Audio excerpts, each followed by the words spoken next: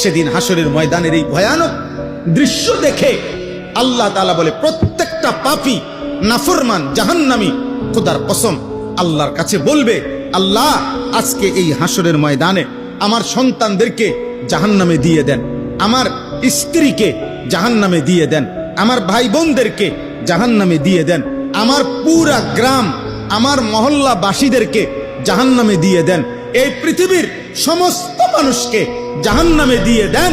খোদার কসম আল্লাহ বলে, সে শুধু বলবে সুম্মা ইউনজি, মাওলা আমারে বাঁচায়।